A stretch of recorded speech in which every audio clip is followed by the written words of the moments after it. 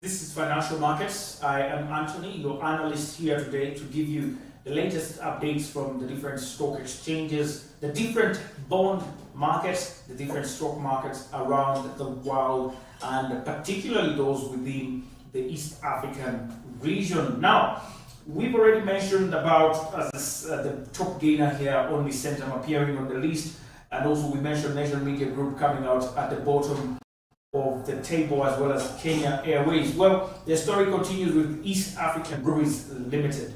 East African Breweries Limited lost a 0.6% value of their trading price on the first weekday of trading. Currently, they are at 4,936.34 Ugandan shillings per share. Remember, this company this year made 100 years.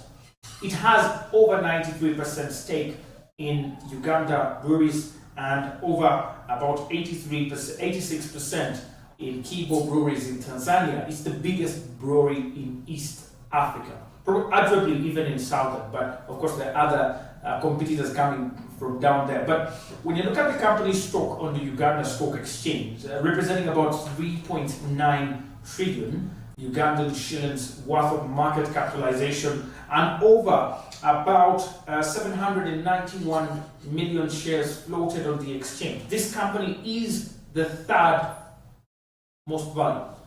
That's quite awesome for a company like East African Breweries. Unfortunately, it has not been emanating from their current performances. Recently, the company has gone below 5,000 quite a number of times. In July, hitting to as low as 3,500. It hasn't been a good year for East African breweries, and of course now as we wind up the year, they have been trying so much to go back to 5,000, but they're up and down all the time. They did hit the 5,000 mark, about 5,500 mark on about before the month of November, so we're moving into the month of November. But currently they're struggling below 5,000. Now this company, of course, has about, let's see, quite a number of things to reckon here. They have the biggest directors on the market here. The group chairman, Mr. Mochene Charles Kahara, very experienced gentleman there. The vice chairman, Mr. Kefe Rory John, and Coleman David Andrew, who is the group managing director and chief executive officer. A very great team there, but things haven't been so good for them so far on the Uganda Stock Exchange. No activity this year, no nothing, just a little bit of movements up and down. Away from East African Breweries Limited, Jubilee Holdings Limited here having a similar story with a loss of over 0.60%. Now, Jubilee Holdings closed the day with 5,948 Ugandan shillings closing price on the market.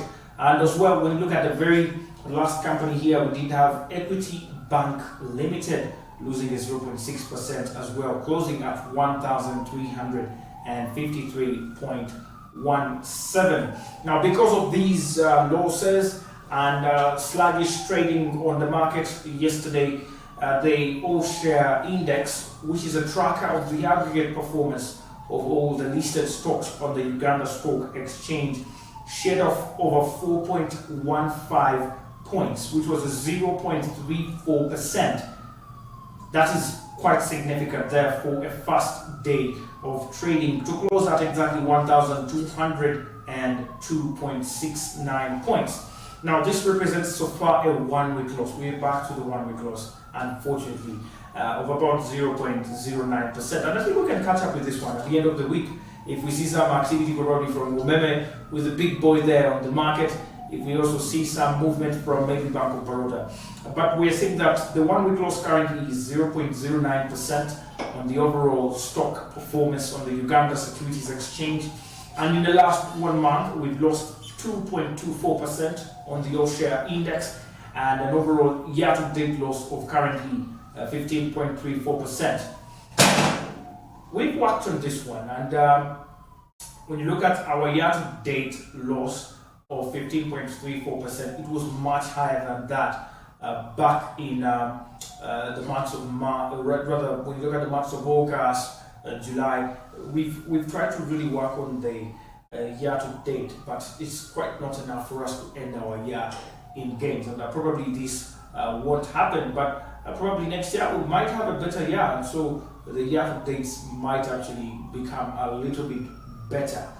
The USE Local Company Index, the LCI. Now this one tracks the aggregate performance of the local stocks. This maintained its value at 274.39 points, basically meaning there was no movement. Why?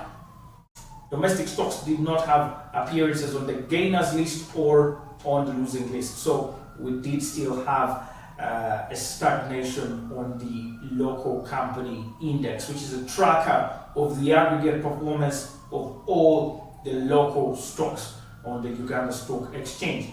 Currently, however, of course, due to Umeme gains last Friday from 210 shillings to 241 shillings, the local company index is enjoying a 1 week gain of 0.7% there and a 4 week gain of over 2.13%, which is, I must say, great job on the local company index. The year-to-date loss as well has gone down from 22 to 15.48% in the last 1 week, basically due to Umeme. Now, looking at the summary here at the end of the first weekday of trading, which we always want to start in a very high gear, there was a little sluggish movement. We just had 45,900 shares, and corresponding market value was 6,083,500 Ugandan shillings, with the current market capitalization going down from 21 to 20.9 trillion, mainly because of the losses on the local, or rather cross listings from Nairobi. Like I mentioned, that we did have only 3 companies participating in trade, and a little few surprises here. MTN recorded the biggest volume of about 25,600 shares and ended the day with 180.0 Ugandan shillings per share.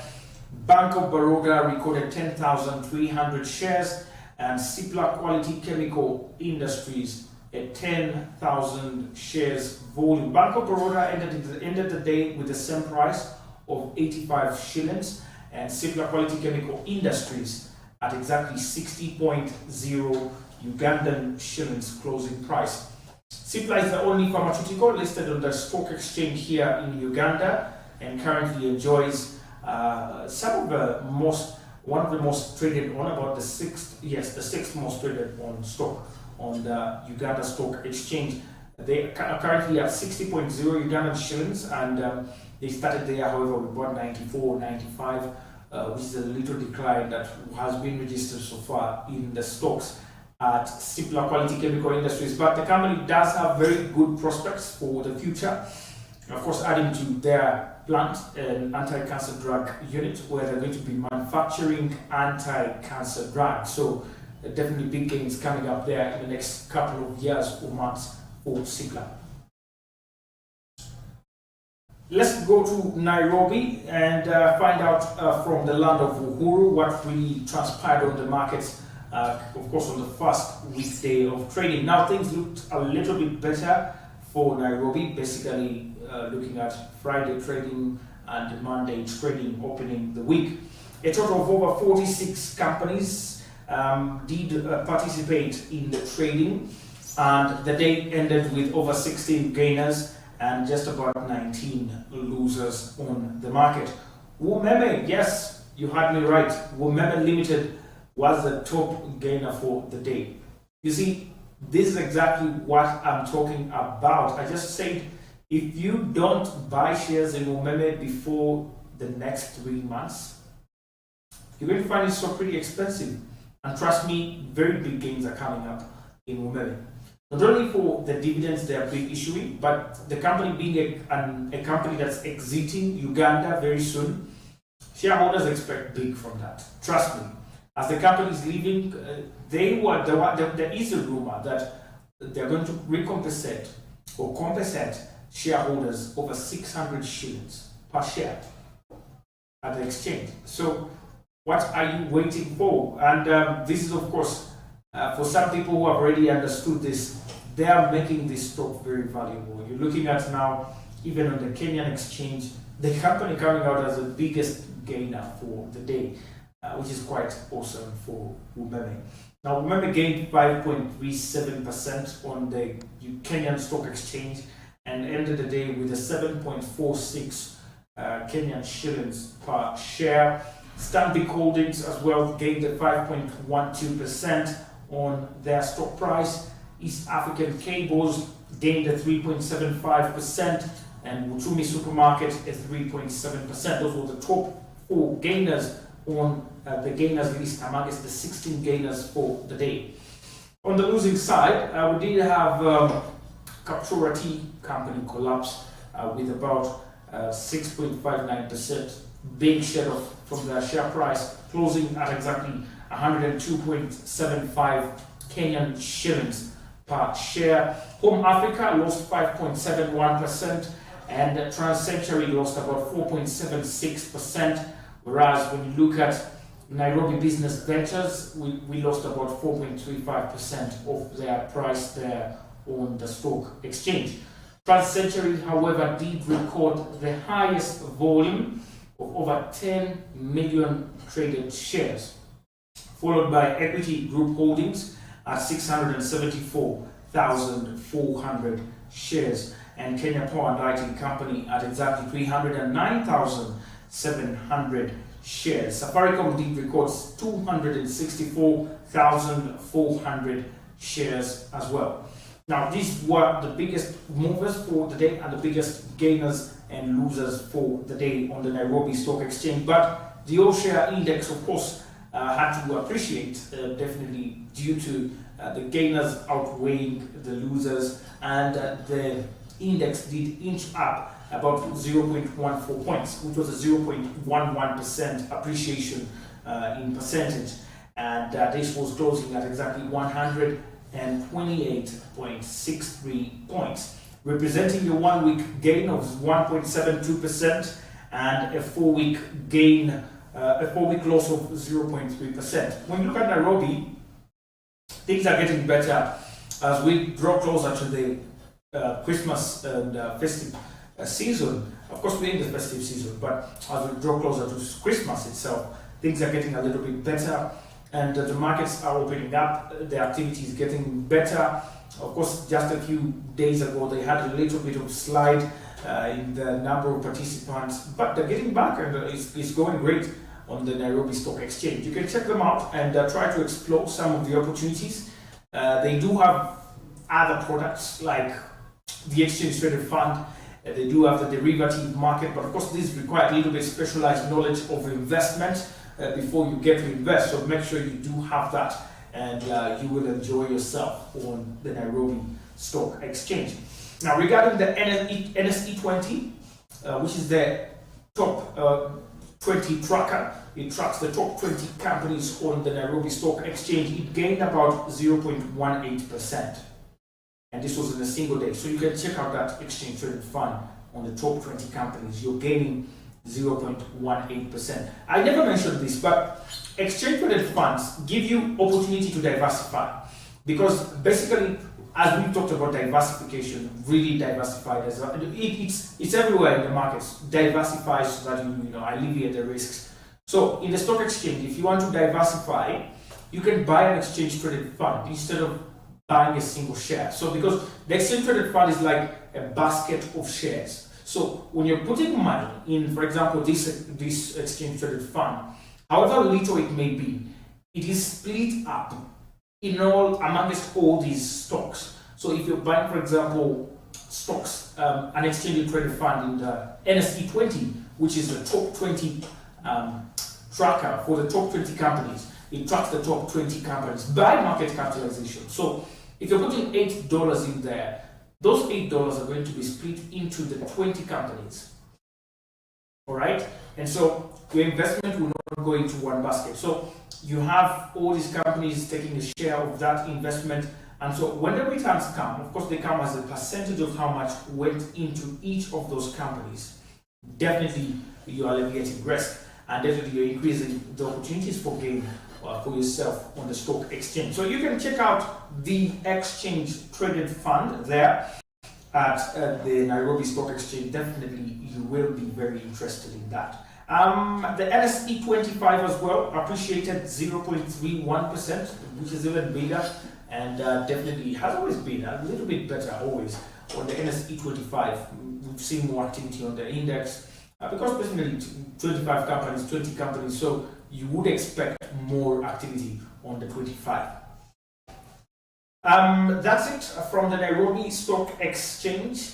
And I would want to leave Nairobi right there and move across to Nigeria. Let's see what took place on the Nigerian Stock Exchange. Of course, we do touch here and there, so we do have a feel of the entire market here in Africa. At Nigeria Stock Exchange, we had 108 companies participating in the Nigerian Stock Exchange trading on the first day. The day ended with just 14 gainers and only 10 losers. Now, Thomas Wyatt, Nigeria, led the gainers at an 8.77% share price appreciation, closing at exactly 0.62 Nigerian Nairas per share. Now, what is Thomas Wyatt? This is a manufacturing and distribution company of school exercise books and hardcover notebooks, pads, drawing boards, envelopes, etc. Got listed on the Nigerian Stock Exchange in 1978. Now that's a very old company there on the exchange, and currently has a total market capitalization of close to 136 million Nigerian Naira. That was the biggest mover for Nigerian Stock Exchange.